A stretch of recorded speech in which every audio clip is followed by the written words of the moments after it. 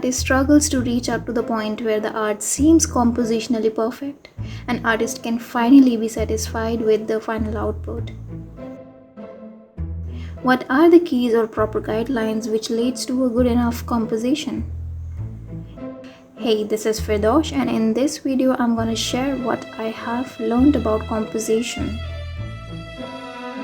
When it comes to the definition, the composition in visual arts is a term which means putting together.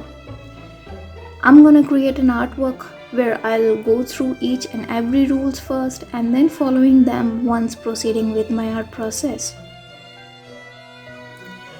Here is the glimpse to the final output of what I have created after all the points I went through.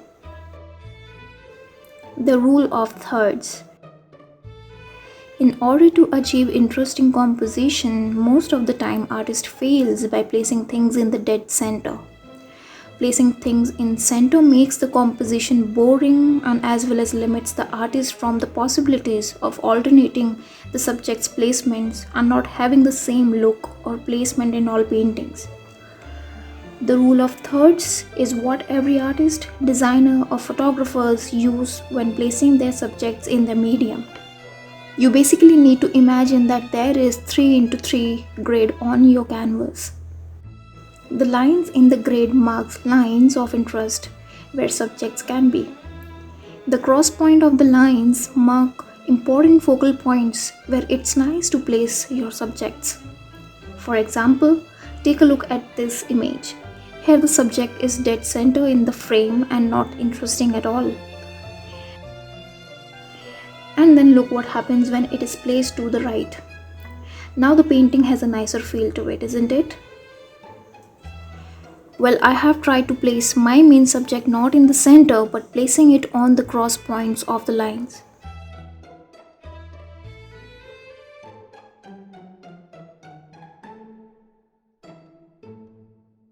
Negative and positive space. Well, negative and positive space together makes a complete painting. In general, the negative space is the area which does not include your main subject, and this is how it helps you in order to define your positive space where the subject take place. Ever noticed how the sky is so prevalent in many paintings even though nothing really important exists in it? Well, most of the time this is to give a great contrast to the positive space that contains the subjects. Take a look at this example.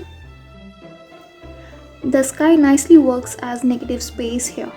All the focus can be easily drawn to the subject on foreground. Hence, negative space is equally important to the main subject. While analyzing the negative and positive space, I decided to place my subject on the plane floor. Here the plane floor is playing the role of negative space. And as per the rule of thirds, my figure is placed slightly upwards and diagonal, leaving comparatively bit more negative space in the right below corner. So I decided to balance it with the sub-subject. Lines. Another important aspect of a good composition is a good flow. In order to achieve a good flow in any painting, the lines play an important role to build up the focal point and guide viewers' eye to reach to the ultimate focal point without getting distracted. Even if I make a line and break it from few parts, the eyes will still follow the flow of the lines.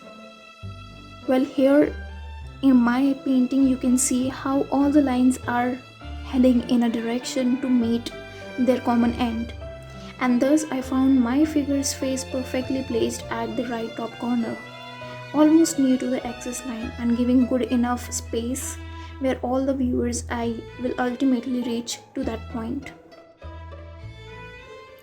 Flip your canvas. Once done with the painting, flip it horizontally in order to see the problems you might be having in your painting. As you flip your canvas, your brain doesn't know what's happening and suddenly there's a new painting in front of it. The brain immediately will find the problems in the painting and you will be able to correct them.